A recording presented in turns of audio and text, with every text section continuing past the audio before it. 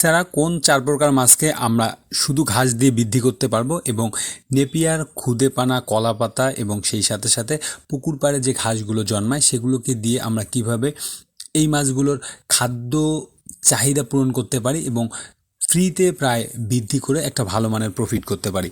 আসসালামু আলাইকুম দর্শক, বেকার টু এন্টারপ্রেনিউর চ্যানেলে আপনাদের স্বাগতম।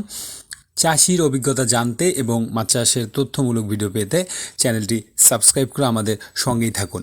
আমরা ডে বাই ডে যে জিনিসটা লক্ষ্য করছি সেটা হচ্ছে যে ফিড কস্টিং বেশি হওয়ার কারণে এবং অল্প জায়গায় বেশি মাছ উৎপাদন করতে গিয়ে পুকুরের মেনটেনেন্স যে কস্ট সেটা বৃদ্ধি হওয়ার কারণে এবং বাজার মূল্য কম হওয়ার কারণে কিন্তু আমরা মাছ থেকে প্রফিটটা কিন্তু কম পাচ্ছি। যে প্রফিটটা আমরা পাচ্ছি সেটা আবার দৈনন্দিন আমাদের যে খাদ্য চাহিদা এবং সেই সাথে যে বেসিক নিড সেটা ফুলফিল করতে গিয়ে আমরা যা প্রফিট করছি সেটা দিয়ে কিন্তু স্বাচ্ছন্দ্যে আমরা চলতে পারছি না।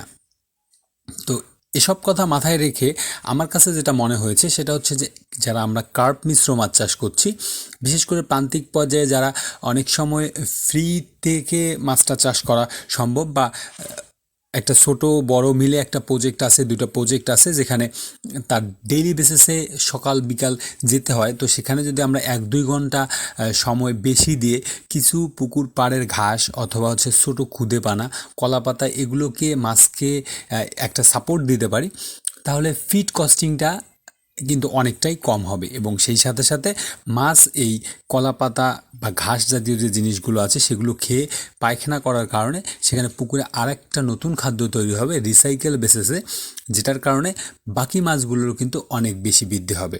তো আমরা প্রথমত আজকে এই 4টা মাছ সম্পর্কে জানবো, যেটাতে হচ্ছে যে প্রায় ফ্রিতেই আমরা এই মাছগুলোকে কিন্তু বৃদ্ধি করে নিতে পারি। আমাদের প্রান্তিক পর্যায়ের একটা ধারণা হচ্ছে যে এই গ্রাস কার্প মাছ শুধু ঘাস খায় বা আমরা গ্রাস কার্পকে ঘাস দিতে পারি যেহেতু এটার নাম গ্রাস কার্প। তো আসলে গ্রাস কার্প না, গ্রাস কার্পের সাথে আরও 3টা মাছের আমি পরিচয় করাই দেবো যারা একটা নির্দিষ্ট সময় পর পর্যাপ্ত পরিমাণে ঘাস খায় এবং ঘাস খাওয়ার কারণে এদের ফিড কিন্তু অল্প পরিমাণে দিলেও এদের কাঙ্ক্ষিত যে গ্রোথ বা কাঙ্ক্ষিত মাত্রায় যে গ্রোথ আশা করা যায় সেটা কিন্তু আনানো সম্ভব। তো প্রথমত হচ্ছে আমরা গ্রাস কার্প নিয়ে একটু আলোচনা করব। সেটা হচ্ছে গ্রাস কার্প কিন্তু খুব ছোটোবেলায় ঘাস ওই লেভেলের খেতে পারে না, আমরা যেভাবে গ্রাস কার্পের নামকরণ করা হয়েছে অথবা যেভাবে গ্রাস কার্প বলতে আমরা বুঝি। তো প্রথমত হচ্ছে আমি দীর্ঘদিন থেকে এই মাছ চাষের সঙ্গে জড়িত থাকার কারণে আমি যতটুকু লক্ষ্য করেছি এবং আমার কাছে যতটুকু ইনফরমেশন আছে সেটা হচ্ছে যে গ্রাস কার্প মূলত হচ্ছে যে 250-300 গ্রাম বা 200-300 গ্রামের পরে গিয়ে কিন্তু খুব সুন্দরভাবে তারা ঘাস খাওয়া শেখে বা তাদের মুখের বা বডির যে পরিস্থিতিটা এরকম হয়। খুব ছোটোবেলায় তারা সাধারণত হচ্ছে যে খুদে পানা বা জলজ যে ছোটো ছোটো ঘাসগুলো আছে, উদ্ভিদ যেগুলো আছে এগুলোই তারা মূলত হচ্ছে খায়, কিন্তু বড় হওয়ার পরে মানে 200-300 গ্রাম হওয়ার পরেই কিন্তু তারা যে আমরা যে নেপিয়ার ঘাসগুলো বা কলা পাতা অথবা হচ্ছে যে পুঁই শাক, বিশেষ করে হচ্ছে যে এই পুঁই শাক জাতীয় যে ইয়েগুলো আছে এগুলো কিন্তু তারা পর্যাপ্ত পরিমাণে ওই সময় থেকে খুব সুন্দরভাবে খেতে পারে। তো এই দিকটা লক্ষ্য করতে হবে যে খুব ছোটো গ্রাস কার্পকে অবশ্যই আমরা ছোট ঘাস বা হচ্ছে যে খুদে পানা এগুলো দিয়ে খুব দ্রুত বড় করে নিব এবং গ্রাস কার্প কিন্তু পর্যাপ্ত পরিমাণে খাদ্যও খায়। তো এই দিকটাও হচ্ছে যে একটু বিবেচনা করতে হবে যে ছোটোবেলায় আমরা তাদের ফিড দিয়ে একটু দ্রুত বৃদ্ধি করে নেওয়ার পরে আমরা এই গ্রাস কার্পকে প্রতিদিন নির্দিষ্ট জায়গায় একটা দিক অবশ্যই বিবেচনা করতে হবে যে প্রতিদিন নির্দিষ্ট পরিমাণে ঘাস একটা নির্দিষ্ট জায়গায় দিতে হবে এবং গ্রাস কার্প তার বডি ওয়েটের প্রায় 10% পর্যন্ত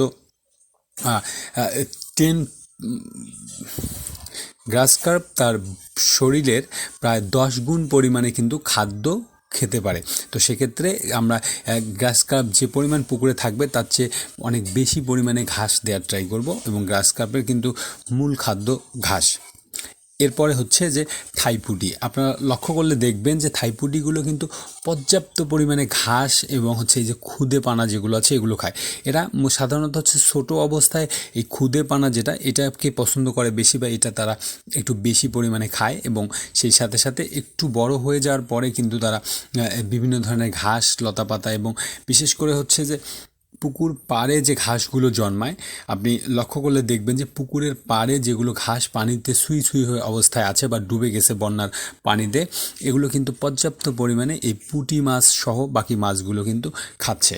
এবং সেই সাথে সাথে একটা মাছের কথা আমি বলবো, সেটা হচ্ছে যে রুই মাছ। আপনি জানলে অবাক হবেন যে এই রুই মাছগুলো কিন্তু সাধারণত একটু বড় হওয়ার পরে পর্যাপ্ত পরিমাণে ঘাস খায় এবং এদের আমার কাছে যতটুকু ইনফরমেশন আছে এদের কিন্তু আসলে রাতের দিকে ঘাস খাওয়াটা আসলে বেশি পছন্দ। তবে এরা দুপুরবেলার দিকেও ঘাস খায় বা রোদ যখন বেশি থাকে তখন ঘাস খায়। এবং সেই সাথে সাথে আপনি যদি ঘাস দেন তাহলে আপনি লক্ষ্য করলে দেখবেন যে এই রুই মাছগুলো কিন্তু হচ্ছে ঘাসটা একটু আধা পচা হয়ে যাওয়ার পরে আসলে খেতে একটু বেশি পছন্দ করে। তো এই কারণে আমরা যদি আমাদের পুকুরে একটা বড় সাইজের রুই চাষ বা যারা বাণিজ্যিকভাবে আমরা রুই মাছ সহ বাকি মাছগুলোকে চাষ করছি বা কার্প ফ্যাটেনিংয়ের সঙ্গে জড়িত, তারা কিন্তু কিছু কিছু করে এই ঘাসগুলো দিয়ে, কারণ রুই মাছের যেহেতু একটা সম্পূরক খাদ্যর একটা ব্যাপার আছে এবং সেই সাথে সাথে তারা এই ঘাস খাওয়ার পরে ফিটের উপরে কিন্তু একটু হলেও চাহিদা কমবে বা হচ্ছে যে প্রেশার কমবে বা একটু কম খরচে বেশি উৎপাদনের ব্যাপারটা এখানে কিন্তু ঘটবে। তো সেক্ষেত্রে হচ্ছে যে আমরা এই রুই মাছ থাকলেও কিন্তু পুকুরে ঘাস লতাপাতা এগুলো দিব। এটার একটা বড় প্লাস পয়েন্ট হচ্ছে যে এই রুই, কালবাউস হচ্ছে অথবা হচ্ছে পুঁটি, থাই পুঁটি, এই মাছগুলো যখন এই ঘাসগুলো খায়, ঘাসগুলো খাওয়ার পরে যে ঘটনাটা ঘটে সেটা হচ্ছে যে এরা যখন পায়খানা করে তখন হচ্ছে যে কিন্তু এই ঘাসটাই ঘাসের এইটাই কিন্তু মল হিসেবে পানিতে অ্যাড হয়। পানিতে মল হিসেবে এই ঘাসের ডাইজেস্টটা যখন অ্যাড হয় তখন এখানে পর্যাপ্ত পরিমাণে হচ্ছে ব্যাকটেরিয়া কলোনি ফর্ম করে এবং সেই সাথে সাথে কিন্তু এখানে হচ্ছে যে আপনার এই থাইপুটি হচ্ছে এই সিলভার ব্রিগেড এবং এই মাছগুলো কিন্তু এগুলোকে ডিরেক্ট খেয়ে নেয়। তাহলে হচ্ছে যে পায়খানাটা কিন্তু খুব সুন্দরভাবে রিসাইকেল হয়ে গেল।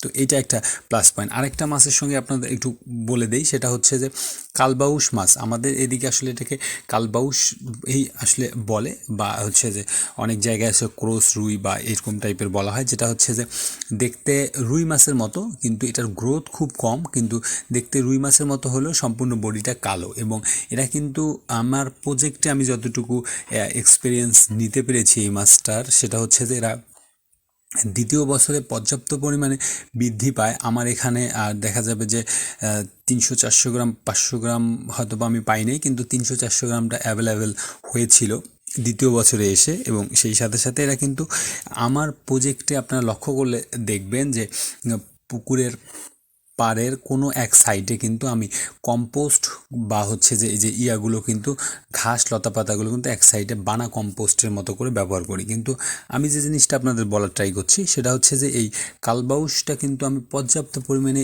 মাছ ধরার সময় কিন্তু এই বানা কম্পোস্টগুলোর ভিতরে পাই।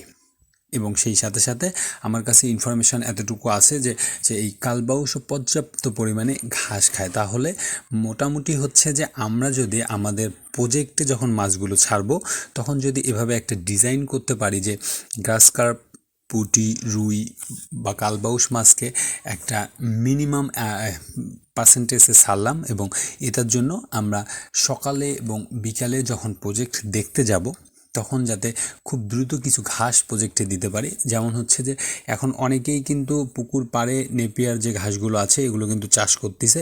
এটা কিন্তু পর্যাপ্ত সুবিধা এবং পর্যাপ্ত পরিমাণে ফলন।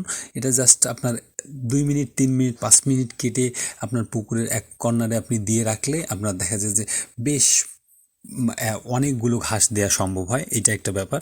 আরেকটা হচ্ছে যে এখানে কিন্তু আপনার প্রায় অল্প সময়ে কিন্তু ঘাসটা আপনি এখানে কালেক্ট করতে পারছেন। তো এই ইনফরমেশনগুলো রেখেই যদি আমরা কার্প জাতীয় মাছগুলোকে এখনও চাষ করতে পারি তো আমার কাছে মনে হয় যে এখনও বেশ ভালো মানের প্রফিট করে আমরা আসলে চলতে পারবো। তারপরও মাছ চাষ সংক্রান্ত কোনো ধরনের তথ্য যদি জানার বা জানানোর থাকে তাহলে কমেন্টে উল্লেখ করুন। ভিডিওটা আজকে এখানেই শেষ করছি। ধন্যবাদ সবাইকে।